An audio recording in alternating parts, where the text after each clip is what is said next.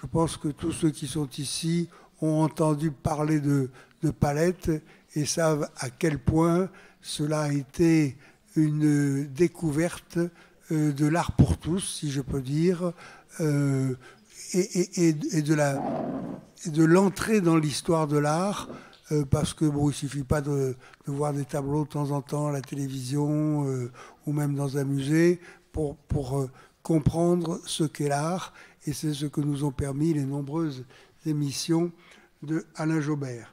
Alain Jobert a une riche carrière, puisqu'il a commencé par être journaliste scientifique à la Recherche et au Nouvel Observateur, puis chroniqueur de musique classique à Libération. Il est auteur de plusieurs essais et de diverses traductions. Il a aussi publié plusieurs romans, dont certains ont eu un grand succès. Valparadis, qui a été prix Goncourt en 2005 du premier roman. Une nuit à Pompéi. Qui démarre à Marseille. Pardon ? Qui démarre à Marseille. Une nuit à Pompéi en 2008. Tableau noir en 2011. Au bord de la mer Violette en 2013. Qui se passe à Marseille aussi. Vous voyez que c'est un fidèle. Hein. Fidélité, oui. Et il me disait hier encore, d'ailleurs, qu'il appréciait énormément Marseille. Et il est un peu voisin, puisque vous êtes souvent dans le Vaucluse. Oui. Même, hein. Voilà. Sous les pavés, en 2018, il a réalisé de nombreux documentaires pour l'Institut national de l'audiovisuel, Auschwitz, l'album de la mémoire, en 1985. Il a travaillé pour Arte aussi, Gustave Caillebotte ou Les aventures du regard, en 1994, Giacomo Casanova en 1998, Nietzsche, un voyage philosophique en 2001, Borges par Borges en 2006, et il a travaillé pour France 3 aussi, une série qui s'appelait Un siècle d'écrivains, Henri Michaud en 1995. Entre 1990 et 1993... Il va raconter toute ma vie. Ah oui, bah écoutez... Mais la vie est longue, ma vie est longue, je suis un vieux schnock. Elle est importante et variée. En 1993, il a produit le magazine Les Arts et de nombreuses émissions sur France 3. Entre 1989 et 2003, il a réalisé une série d'émissions sur l'art, Palette. Voilà, c'est ce qu'il a fait connaître, je crois, de tout le monde.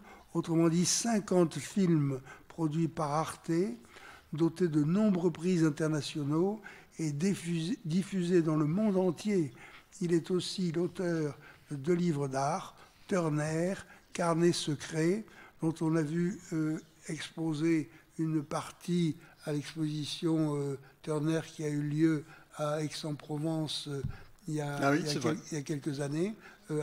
En photo, en fait. Voilà, hein, en photo, oui. Une vitrine assez élevée pour que les petits-enfants ne puissent pas se pencher. Voilà. Oui, il y a des images de Turner qui avaient été, d'ailleurs, qui ont été éliminés par Ruskin, je crois, au 19e siècle. Hein, donc vous les avez pas. Il y en a quelques-unes qui ont survécu. Il a un peu censuré. Il y en a quelques-unes qui ont survécu. Et Turner, donc Carnet secret en 2016, et Zest, qui vient de paraître, Les aventures des agrumes dans l'art. Voilà. Bien, nous allons. C'est fini. C'est fini, c'est fini. Sinon, c'est à vous. Bon. Comme j'étais assez souffrant ces jours-ci, je pensais improviser, mais comme j'étais un peu souffrant ces jours-ci, j'ai tout écrit. Alors je vais vous lire mon texte. Je vous parle d'un temps que les moins de 20 ans, etc. Bon. Vers 1984, nous étions encore en pleine période structuraliste. La linguistique, l'analyse textuelle, la déconstruction de Derrida régnaient sur la culture. Un peu noyé dans cette ambiance, j'ai eu l'idée d'appliquer ces principes plutôt phénoménologiques à la peinture. J'étais souvent excédé par le fait que beaucoup d'historiens d'art de jadis s'attachaient à la biographie des artistes et parlaient assez peu des objets eux-mêmes, tableaux, dessins, fresques et autres productions graphiques. C'était toujours la vie passionnée de Vincent van Gogh, la vie tragique de Modigliani, etc.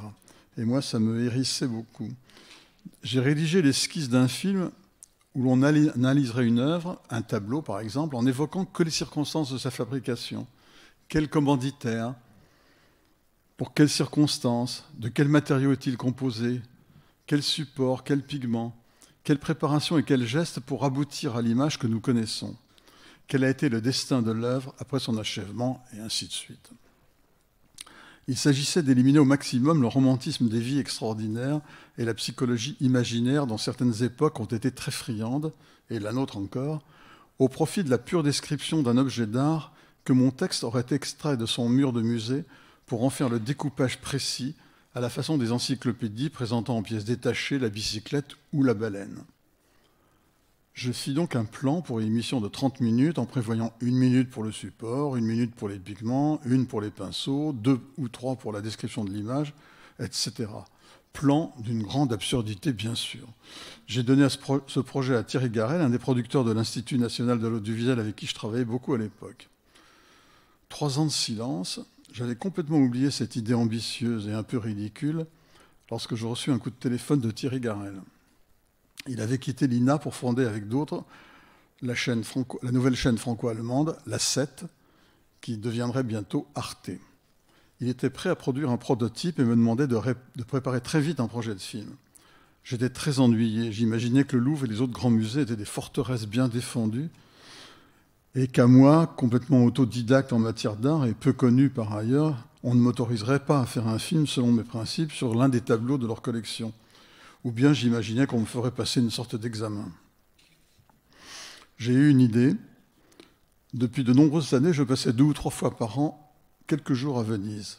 Et j'avais remarqué que le fameux tableau de Véronèse, le repas chez Lévy, 13 mètres de long, le 2e plus grand tableau avec le paradis de Tintoret, avait été présenté seulement par fragments durant sa restauration. Coupé en 3 jadis par un moine pour le sauver au cours d'un incendie, il avait été recollé à l'époque tant bien que mal et exposé ainsi durant à peu près 3 siècles. Et les restaurateurs l'avaient donc emporté à l'atelier de restauration tiers par tiers, présentant les étapes et les résultats de leurs travaux dans des vitrines au pied de l'œuvre qui, en cette année 1988, avait retrouvé son intégrité tout en conservant un temps ces vitrines. Tout se passa miraculeusement bien. J'ai contacté la superintendante des biens culturels de la ville qui me donna aussitôt son autorisation de photographier et de filmer. Il fallait seulement faire ça la nuit et donner un bakchich au gardien qu'elle désignerait pour nous garder. Chose dite, chose faite. À 24 heures de là, je reviens la voir et je lui demande timidement « Je peux avoir aussi les documents que j'avais vus dans les vitrines ?» Elle me montre une grande armoire métallique et me dit copiez tout ce que vous voulez. Il y avait là des photos, des déménagements, les 3 fragments du tableau emportés en gondole jusqu'au laboratoire de San Gregorio, les clichés aux rayons X en infrarouge, toutes les parties, les coupes microscopiques, les prélèvements de pigments, le recollage des morceaux, le travail des restaurateurs pour reconstituer au trateggio les 4-5 cm qui manquaient à l'endroit des coupes, les toutes petites parties manquantes par-ci par-là. Bref, en une après-midi, j'avais 80% du contenu du film.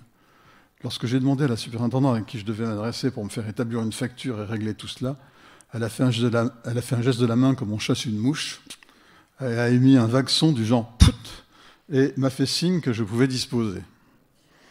Je me suis un peu attardé sur cette histoire parce que par la suite, évidemment, rien n'a plus été aussi simple. Il y a eu dans l'essor de la mondialisation une flambée sur le marché des images. Ces images dont personne ne se souciait auparavant sont devenues des icônes coûteuses et musées, agences photos, collections, cinémathèques et autres dépôts ont commencé à faire de la surenchère au point qu'il devenait difficile, sinon impossible, de travailler avec des images autres que celles sur lesquelles portaient les films et qui étaient mises à ma disposition par les musées avec qui on faisait contrat. Donc, 2 exemples comiques. Lorsque j'ai fait le film sur les nymphéas de Monet, je voulais montrer le vieux peintre en mouvement, donc récupérer à peine 10 secondes du film de Sacha Guitry, ceux de chez nous. Tout le monde connaît, j'imagine. On le voit, il est là, il bouge, c'est tout. On voit que c'est du cinéma, que c'est pas de la photo, quoi.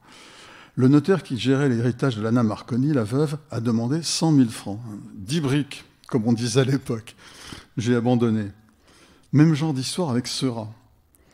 Il y avait à Broadway, quelques saisons auparavant, et avec un succès énorme, une charmante comédie musicale, Sunday in the Park with George, livret de James Lapine, musique et mise en scène de Stephen Sondheim. Tous les personnages étaient mis en scène dans un décor reconstitué du tableau de Seurat. Je voulais le mettre dans le film sur la Grande Jatte, quelques secondes pour montrer la popularité du tableau et du peintre outre-Atlantique. 300 000 francs, le tiers du budget du film à l'époque. Nous avons regardé la comédie avec toute l'équipe, la mort dans l'âme, parce que c'était une vraie et belle reconstitution théâtrale, quand soudain mon assistante de production a vu un nom au générique, celui du musicien Stephen Sondheim, et nous a dit qu'elle le connaissait bien. 3 coups de téléphone, et nous avons eu le bref extrait pour rien. Retour en arrière. Mon film sur Véronèse était monté. Nous l'avons montré à Michel Laclotte, le directeur du Louvre, et à Dominique Paigny, qui venait d'intégrer le service culturel du musée, et était plus particulièrement affecté à la production audiovisuelle. Enthousiasme immédiat et magnifique accueil et soutien de Michel Laclotte. Le directeur du Louvre lui-même venait souvent dans des endroits absolument inaccessibles pour visionner sur la table de montage l'état des films. Et donc il était très très pris par cette production. Donc le Louvre s'est lancé dans la production de 6 films. On me laissait choisir. Évidemment, je ne pouvais faire autrement que d'opter d'abord pour les grands chefs-d'œuvre du musée. Ce furent Vermeer, Van Eyck, Latour, Lorrain, Léonard, Delacroix. D'autres ont suivi. Et ensuite, le musée d'Orsay a voulu entrer dans la danse. Vuillard, Monet, Seurat, Lautrec, Van Gogh, Cézanne. Puis le Centre Pompidou se joignit à notre bande. Picasso, Duchamp, Kandinsky, Matisse, Klein, Bacon. J'avais baptisé la série Palette, un nom qui a peut-être contribué à une part de son succès. En fait, au début, j'avais pensé que la formule ne tiendrait pas plus de quelques numéros. Répétitive, ennuyeuse, peut-être même caricaturale. Mais j'ai vite découvert que chaque tableau imposait son propre scénario, ses énigmes, sa propre façon de raconter l'histoire, et en fin de compte, chaque film a été différent du précédent. Et j'ai donc continué, avec le soutien permanent des différents partenaires. Les conservateurs des musées étaient tous très enthousiastes et participaient avec joie à chacun de ces films. La réputation de Palette a permis aussi de déborder hors des musées parisiens, Lille avec Goya, Urbino avec Pierrot, Philadelphie avec Duchamp, Colmar avec Grunewald, etc. Et aussi d'affronter des zones hors de d'autres peintures occidentales, Chetao, Hokusai, la miniature persane, la grotte de Lascaux, la Villa des Mystères à Pompéi. La technique a été presque toujours la même. Nous faisions des meilleurs clichés possibles à l'aide de la plus grande chambre photographique disponible à l'époque. Puis nous travaillions les images obtenues, des hectachromes de taille 24-30, à l'aide d'un banc-titre, caméra montée sur une potence et qui permet tous les mouvements. Je dis ça parce que maintenant ça n'existe plus, presque plus en tout cas. Et ensuite, si c'était nécessaire, nous pouvions travailler ces mêmes images à l'aide d'une palette graphique, détourer tel ou tel détail, juxtaposer 2 scènes dues au même peintre, et surtout avec un cadre donné, montrer la même image vue aux rayons X, en infrarouge, en lumière rasante, et en toute forme d'analyse imaginée par les chercheurs et les restaurateurs. C'était un travail très lourd, très lent, très minutieux, qui mobilisait plusieurs techniciens. En outre, le banc-titre était une énorme machine, comme la palette graphique, engin fort coûteux, dont nous avons dû changer plusieurs fois, jusqu'à acquérir le même genre de robot que les ingénieurs de la régie Renault. C'était les temps héroïques, évidemment, comme vous le savez, tous ces outils se tiennent maintenant dans un tout petit ordinateur et les images peuvent être numérisées jusqu'à un degré élevé de précision. Trucage et montage peuvent se faire à domicile par n'importe qui. Enfin, il manque juste le talent et l'imagination. D'abord montré par Arte, ce fut une des toutes premières, peut-être même la première avec le temps des cathédrales de Georges Duby, une des toutes premières productions en 1989, la série a été diffusée dans le monde entier en une trentaine de langues et a connu parmi toutes les premières, a été aussi un immense succès, et a connu un immense succès. Distribué aussi sous forme de cassette VHS. C'était une des premières fois qu'on a, à part de Nuremberg à Nuremberg, et d'ailleurs c'est Montparnasse qui l'a fait, qu'on a mis des documentaires sur VHS. C'était pas un pari du tout gagné d'avance. Et donc, c'était très rare auparavant. Puis ensuite, sous forme de DVD, elle a duré 15 ans, a engendré 50 films jusqu'en 2003. Une belle moyenne de 3 ou 4 films par an. Ce succès m'a stupéfié, je ne m'y attendais pas du tout. J'ai donc pensé que mes films correspondaient à une certaine attente du public, qui peut-être là des documentaires traditionnels était heureux de découvrir une autre forme d'analyse, de narration et de découverte. Bon, c'est vrai qu'il ne s'agit pas du tout de cours magistraux. Au départ, quand j'ai voulu faire ces films, j'étais sûr que je pourrais maîtriser l'image. La seule chose que je ne pensais pas pouvoir maîtriser, c'était la voix, parce que je pensais que tout commentaire, enfin très souvent dans les documentaires, le commentaire est une voix professorale, jupitérienne, paternelle, etc. Et c'était ma crainte. Et Thierry Garrel m'a dit, non, tu vas voir, il y a un acteur avec qui ma fille a joué, c'est Marcel Cuvelier. On va faire l'essai. Alors Cuvelier, je le connaissais un peu puisque c'était un acteur c'était disons un second couteau du cinéma qui jouait dans les polars, qui avait joué le mari de Folcoche dans l'adaptation de Vipère au point. Bon, ça ne me disait rien du tout. J'ai fait passer des tests. Je lui ai dit, Marcel, lisez-moi ça, mais la voix blanche, alors il n'y a rien de pire pour un acteur de théâtre ou de cinéma que de lui demander d'être le plus neutre possible. Et puis finalement, il s'est pris au jeu. Je lui ai dit, vous mettez une petite pincée de sel et de poivre de temps en temps, mais sinon tout le temps la voix la plus blanche possible. Et il s'est bien excité.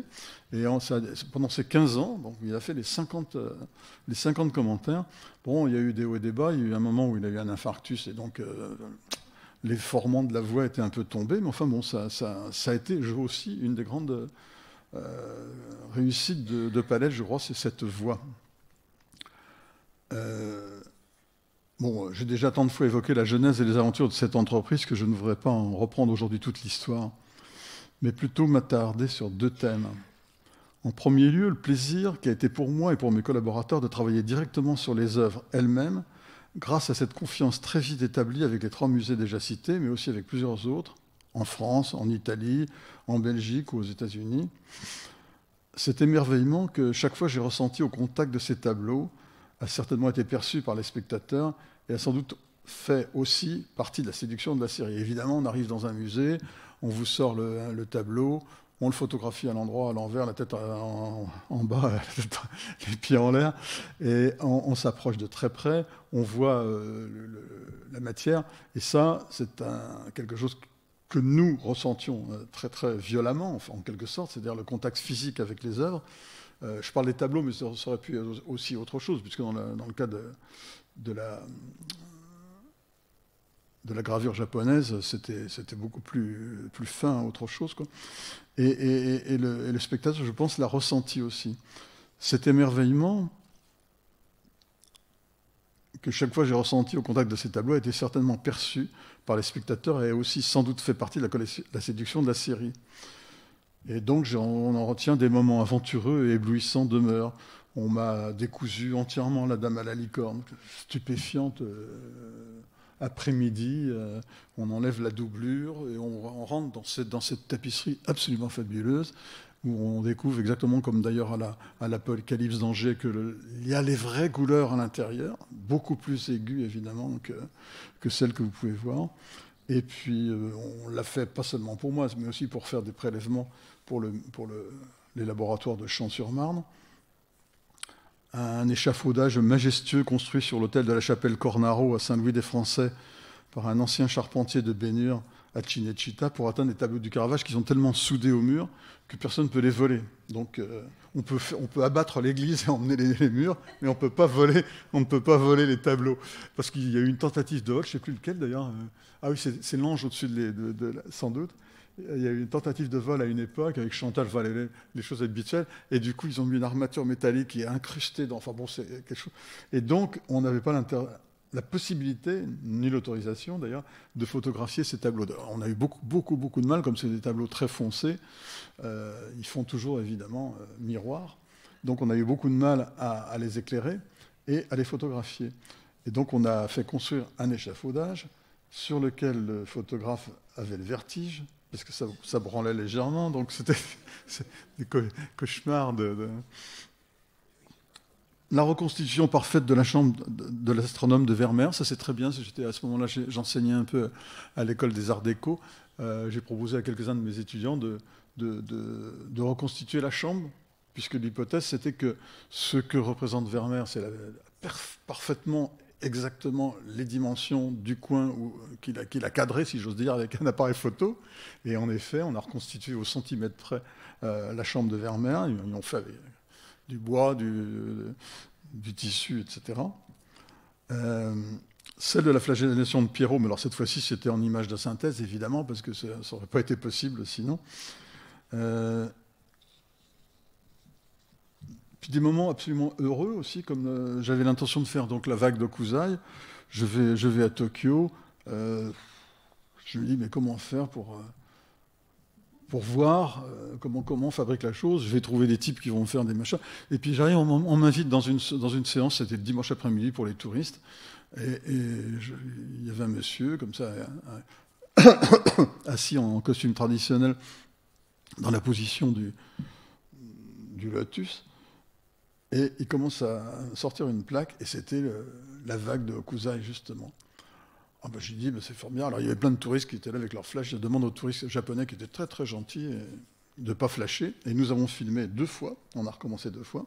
Ce qui est bien que j'ai pu avoir les gros plans et puis les plans généraux. La façon de graver la vague. Et alors, bon, il y a des histoires... oui, je pourrais en raconter pendant des heures, évidemment, mais... je ne vais pas être trop long, puisqu'on a été quand même très, très long déjà. Je disais tout à l'heure que donc, ça avait eu beaucoup de succès, mais ça a eu un succès même que je n'imaginais pas. Par exemple, à Moscou, il y a un fou, on ne peut pas appeler ça autrement, qui s'est pris d'amour pour Palette et qui l'a traduit. C'était juste à la limite avant et juste après la chute de l'Empire. Et il l'a traduit dans quasiment les 12 ou 15 langues de l'Empire. Alors, je ne savais pas qu'il y avait tant de langues là-bas, mais si. Alors, et il a vendu la série, bon, il a vendu pas cher, évidemment, mais en Ouzbékistan, au Turkménistan, en Mongolie, etc., etc.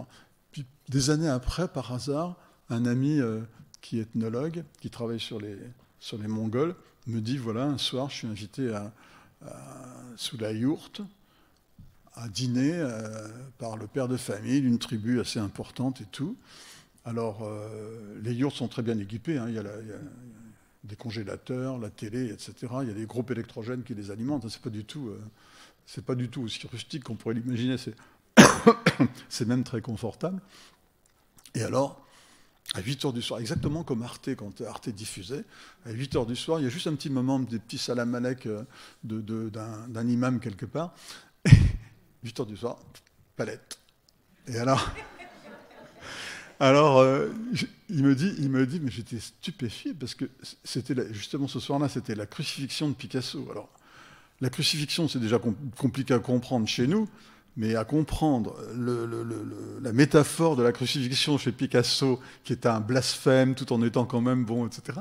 Et eux, là-bas, je me dis, mais comment est-ce qu'ils peuvent comprendre? Parce que moi, j'explique beaucoup de choses dans le film, je ne sais pas comment c'était traduit, mais comment est-ce qu'ils peuvent comprendre ce tableau, cette image, etc. Mais voilà, alors j'aurais bien aimé moi-même suivre ces projections, ces séances, mais enfin, c'était pas possible. Mais ça donne une idée de la diffusion bizarre et mystérieuse du film d'art dans des tribus, il y a eu aussi beaucoup de succès au Pérou, par exemple. Bon. Et donc, j'ai eu plein d'échos comme ça qui ont été...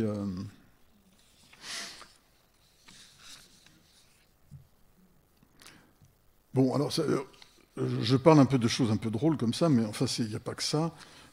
L'important, alors ça c'est la deuxième partie de ce que je voulais dire, mais bon, l'important travail de documentation aussi préalable a été aussi une grande source de plaisir. Alors là, je débarquais, si j'ose dire, en ce milieu des années 80, en pleine effervescence. Publication et republication d'essais, de livres illustrés, de colloques, redécouvertes et relectures des périodes sacrées de l'histoire de l'art, comme la Florence du Quattrocento. Tout ça. Bon, on a évoqué tout ça tout à l'heure. Et il m'a été assez excitant de tester en direct, si l'on peut dire, les hypothèses des iconologues contemporains. Il y avait des tableaux, j'ai choisi comme ça un peu étourdi, j'ai choisi un certain nombre de tableaux. Alors, évidemment, la Sainte-Anne de Léonard, on m'a dit, au service de documentation du Louvre, on m'a dit, il y a les tiroirs, là. Il y avait 5 tiroirs pleins, profonds comme ça, coulissants, de documentation depuis l'origine. Alors, il y a depuis les relevés des... je ne sais plus comment on s'appelle, les chambellans, etc., qui relèvent le tableau dans les appartements royaux, jusqu'à des analyses plus récentes. C'était avant qu'on la restaure, d'ailleurs, récemment. Et alors ça, c'était le maximum. Et puis, j'avais choisi le tricheur à l'as de carreau. Rien. Petit dossier comme ça, qui racontait... C'était des articles de journaux du genre François, etc., qui racontaient le scandale. On disait c'est pas un vrai tableau. Enfin bon, bref. Mais il n'y avait aucune analyse, rien du tout, etc. Alors, c'était excitant, là, quand j'avais ça sous la main, si j'ose dire, de pouvoir moi-même travailler dessus et essayer de chercher des choses qui n'avaient jamais été écrites nulle part. À quel jeu jouent-ils, ces gens, sur la table, comme ça? Il y a des cartes, ils ont des cartes en main, il y a de l'or sur la table.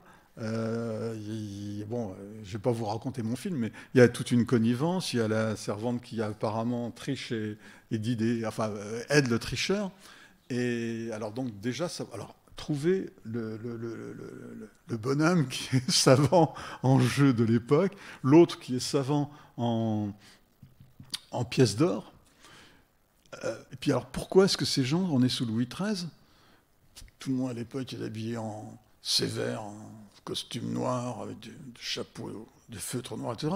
Tous ces gens sont complètement bariolés. Pourquoi? Parce que justement, on découvre qu'à la cour de Lorraine, les gens étaient au contraire très exubérants, une couleur tout à fait en couleur, etc.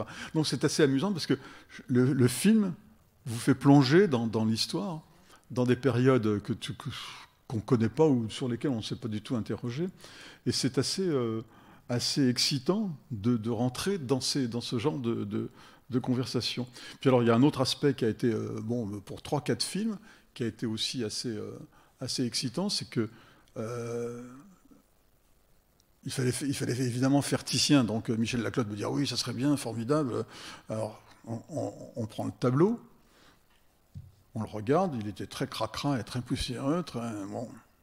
Lui-même, il prend d'ailleurs ses doigts comme ça, puis il essuie le dessus. Moi, j'aurais jamais osé faire ça. Il l'a fait 2 fois devant moi, mais j'ai pas osé. Et puis il me dit, ça va pas. On va l'envoyer au laboratoire. On peut pas l'enlever plus d'un mardi parce que c'est un tableau sacré. Enfin, j'ai des touristes qui viennent, il y a des tas de tableaux qu'on peut enlever pendant quelques jours, mais là non. Alors il a commandé une analyse radiographique complète du tableau. Et ce tableau avait été radiographié en 1935, donc au début de l'application des rayons X aux œuvres d'art, et plus jamais depuis. Alors, on l'a photographié avec les nouvelles techniques, c'est-à-dire maintenant, on peut faire plusieurs longueurs d'onde à l'intérieur des rayons X. Il y a l'infrarouge, la réflectographie infrarouge, etc. Enfin, bon, je vous passe les détails. On a découvert tout d'un coup que c'était pas du tout ce qu'on imaginait. Je me souviens d'ailleurs même plus ce que je raconte dans le film. Enfin bon, on voit à ce moment-là plein de mains, de bras, de pieds, etc., qui avaient été complètement négligés parce que la première version du rayon X ne nous montrait qu'une chose. Et alors surtout, ce qui a été intéressant, alors ça, je ne suis pas le seul, mais je suis le premier à l'avoir montré. Je dis à Laclotte, mais quand même c'est très curieux. Regardez, il est encadré, il est accroché sur son châssis, et on voit qu'en haut, ça penche comme ça. Alors en effet, le tableau avait été raccroché au Louvre depuis donc assez longtemps, depuis qu'il était sorti de l'appartement du Grand Dauphin, puisqu'il était encadré à Versailles. Versailles et Marseille, derrière le mot. À l'époque, on les coupait, on les taillait, enfin, on faisait des tableaux sur mesure et on les encastrait dans les murs pour que le dauphin ait de beaux tableaux, ou le roi ait de beaux tableaux. Et il avait subi beaucoup de dommages, ce pauvre tableau. Et il avait été mal remis sur son châssis. Et alors, du coup, ça fait que la lecture du tableau devient tout à fait autre. Parce que si vous le regardez, vous pouvez faire l'expérience d'ailleurs avec un livre, mais je pense que maintenant les auteurs de livres ont compris. Si vous regardez les anciennes versions, vous voyez le tableau, il y a peut-être 2% de pente en haut. Donc vous voyez le tableau, vous voyez les paysages, vous voyez un paysage. Mais si vous rétablissez l'horizontalité du sommet du tableau ou du bas, vous découvrez quoi? Vous découvrez qu'au fond, ce que Titien, ou Giorgione, puisque peut-être Giorgione qui l'a commencé, a montré la mer comme on la voit depuis Trévise, etc. Donc c'est très intéressant de voir que des détails absolument infimes peuvent changer complètement la lecture d'un tableau. Alors je ne sais pas s'ils en tiennent compte maintenant, oui, je pense qu'ils l'ont remis un peu droit. De toute façon, il n'y avait pas besoin de le redécouper. Pour une fois, il suffisait de mettre une petite cale à l'intérieur du cadre. Et puis, autre chose, quand on a fait les Sabines de David, il n'y avait rien. Enfin, il y avait l'histoire. Il y avait des kilos de papier d'histoire, etc. Je dis, j'aurais bien aimé quand même voir un peu comment ça se passe dedans, quoi. Alors, c'était impossible de le bouger, évidemment, il est trop gros. Alors, un mardi, on a amené, avec le conservateur, qui d'ailleurs a été très très excité à cette idée, on a amené tout, rayons X, rayons infrarouges et tout. Les rayons X, c'est très difficile à manipuler parce qu'on ne peut pas les mettre... on peut faire des clichés, comme ça, quand le tableau est contre le mur, mais on ne peut pas le passer derrière. Mais par contre, on a fait une analyse en réflectographie infrarouge, et on a vu plein de choses. On a vu la même chose que ce qu'on voit sur le Léonidas, qui lui avait été bien analysé au rayon X, c'est-à-dire que sous les cris d'Orfray, David avait mis le fourreau de Léonidas qui passait sur le sexe, alors que tous les gens étaient tout nus. Et là, il a fait la même chose avec les Sabines. Et en plus, il y a quelques positions de main et de choses comme ça qui ne sont pas très intéressantes, mais surtout qu'il a changé la date. C'est-à-dire qu'il y avait une date révolutionnaire. Je ne me souviens plus si c'est l'an 4 ou l'an 5 ou l'an 3, enfin bon. Et il a remis la date... quand il s'est rangé, si j'ose dire, après la Révolution, il a remis la vraie date de notre calendrier. Donc il y a des petites choses comme ça qui sont très, très, très, très amusantes, quoi. Et en fait, alors donc, je vais finir là-dessus.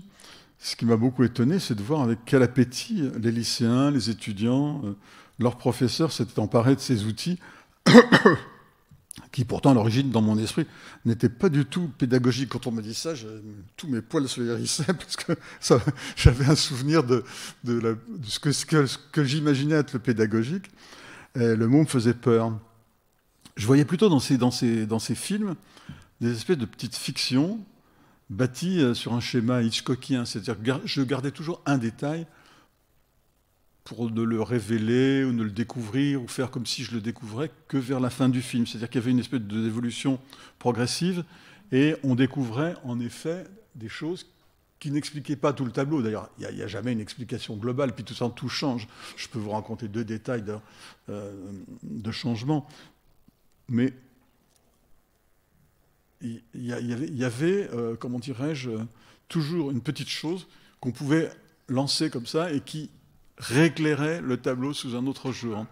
Et donc, c'est ça qui était formidable, c'était la valeur, disons, narrative de tous ces tableaux. Et alors, toute la peinture, y compris d'ailleurs la plus abstraite, quand je dirais la plus abstraite, ça peut être par exemple les Nymphéas de Monet, a quand même une puissance de narration qui est tout à fait extraordinaire quand on commence à les analyser. En effet, on finit par s'apercevoir qu'on pouvait... moi, je n'avais jamais osé me lancer dans le grand film, dans le grand cinéma, disons, de fiction. Mais là, j'avais été pris à mon propre piège. Et j'ai été pris au piège de la narration. Et je me suis mis à raconter des histoires qui trouvaient d'emblée leur public et qui même marquaient le spectateur aussi subtilement qu'un film policier. Il y a eu un phénomène alors, que j'ai trouvé très étrange. C'est que j'ai fait ces films, j'ai beaucoup travaillé dessus, j'ai donc analysé des kilos d'archives, ou quelquefois rien du tout, il a fallu inventer. Mais après, je les oublie. C'est comme les rêves, quoi. Et quand je les revois, je me dis, oh, tiens, c'est pas mal. Mais c'est tout ce que j'ai pu... Et alors, bon, il y a aussi... Alors ça, c'est l'aspect positif, c'est l'aspect, effectivement, l'excitation. J'ai vu des jeunes gens qui venaient, les larmes aux yeux, en me disant grâce à vous, j'ai commencé à faire de la peinture. Alors bon, je demandais pas à visiter les ateliers, mais enfin, moi, je trouvais que c'était très bien. Il vaut mieux faire de la peinture que de s'engager en Syrie.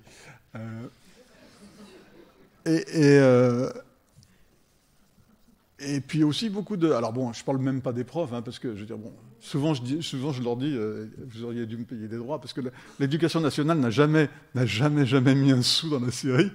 Et presque tous les profs que j'ai connus, que j'ai rencontrés, m'ont dit « Ah, grâce à vous, on a pu parler. » Évidemment, je dis « Oui, évidemment, vous avez économisé une demi-heure de cours, c'est déjà pas mal, quoi. » Mais surtout, alors après, alors ça, c'est les catégories, disons, positives. Puis après, il y a la catégorie bizarre. Le nombre de fous qui me sont tombés sur le rable, si j'ose dire. Alors les gens, tout d'un coup, découvrent dans un tableau. Je n'avais pas fait de la recherche des indices. Bon, évidemment, j'avais été très influencé par Carlo Ginzburg, que je connais bien d'ailleurs. Mais je n'ai pas voulu faire non plus systématiquement une recherche indiciaire, disons, de tous les objets, de tous les tableaux, etc.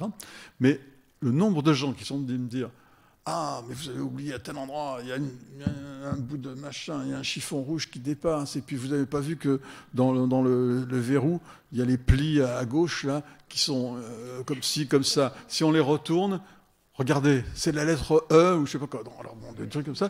Et puis alors, le plus terrible, le plus fou, et qui m'est revenu 100 fois, un type que je connaissais, bon, je ne donnerai pas son nom, mais c'est un galeriste de la région PACA, assez connu. Il me téléphone, et puis il me dit « Monsieur Jaubert, il faut que vous veniez vite, j'ai fait une grande découverte. » Bon. Mais c'est grave, c'est important, c'est urgent. « Ah oui. Bon, je dis « Mais attendez, moi je suis à Paris, je ne descendrai pas dans ma maison avant un mois ou deux. Est-ce que ça ne peut pas attendre un mois ou deux ?» Oh, il me dit « À la rigueur, mais bon, faites un effort quand même. » Bon, alors, le jour dit, ça se passait dans l'Ardèche.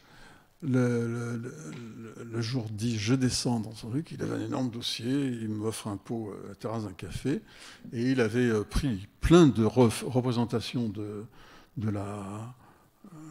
tableaux de Léonard de Vinci ou d'autres, et il me dit, regardez. Alors il me montre la bouche de la Sainte-Anne ou la bouche de la Vierge, il les retourne comme ça, il me dit, regardez. Ça vous dit rien? Je dis oui, c'est un vagin, il n'y a pas de problème, tout le monde le dit, tout le monde le sent, le voit depuis toujours. Et il m'a montré comme ça 250 images de phallus ou de vagin. Je dis vagin, ce ne serait pas le mot, de vulve, disons, sorti des tableaux. Alors évidemment, quand on retourne une bouche, on appelle ça d'ailleurs le sourire vertical, on tombe sur un vagin. Et alors ce type, qui était quand même un galeriste, qui connaît l'histoire de l'art, j'étais obligé de lui faire un cours sur l'analogie. Je lui dis, mais vous savez, ça fait 15 000 ans que le sexe masculin, on l'appelle l'aubergine, la courgette, le machin, que le sexe féminin, on appelle ça la figue et tout. Donc l'analogie, ça existe partout, toutes les images, on voit partout, il y a partout des phallus et des vagins. Non, mais alors là, on est dans une espèce de fixation quasi religieuse. La personne ne peut pas voir autre chose que ça. Alors effectivement, à partir du moment où on est rentré là-dedans. Alors je me dis, je me sens coupable dans ces cas-là. Je me dis, bon, c'est de ma faute. J'ai mis le doigt sur des trucs et ils veulent continuer à faire... peut-être qu'il y a des gens qui ont trouvé des choses, j'en sais rien. Mais moi, c'était pas systématique dans mes films, c'était pas systématique de rechercher un indice ou un objet, retourner le tableau et montrer quelque chose, etc. Mais voilà, donc j'ai déclenché cette espèce de curieuse maladie de rechercher, de voir des objets obscènes partout. Voilà. Et je m'en excuse. Voilà.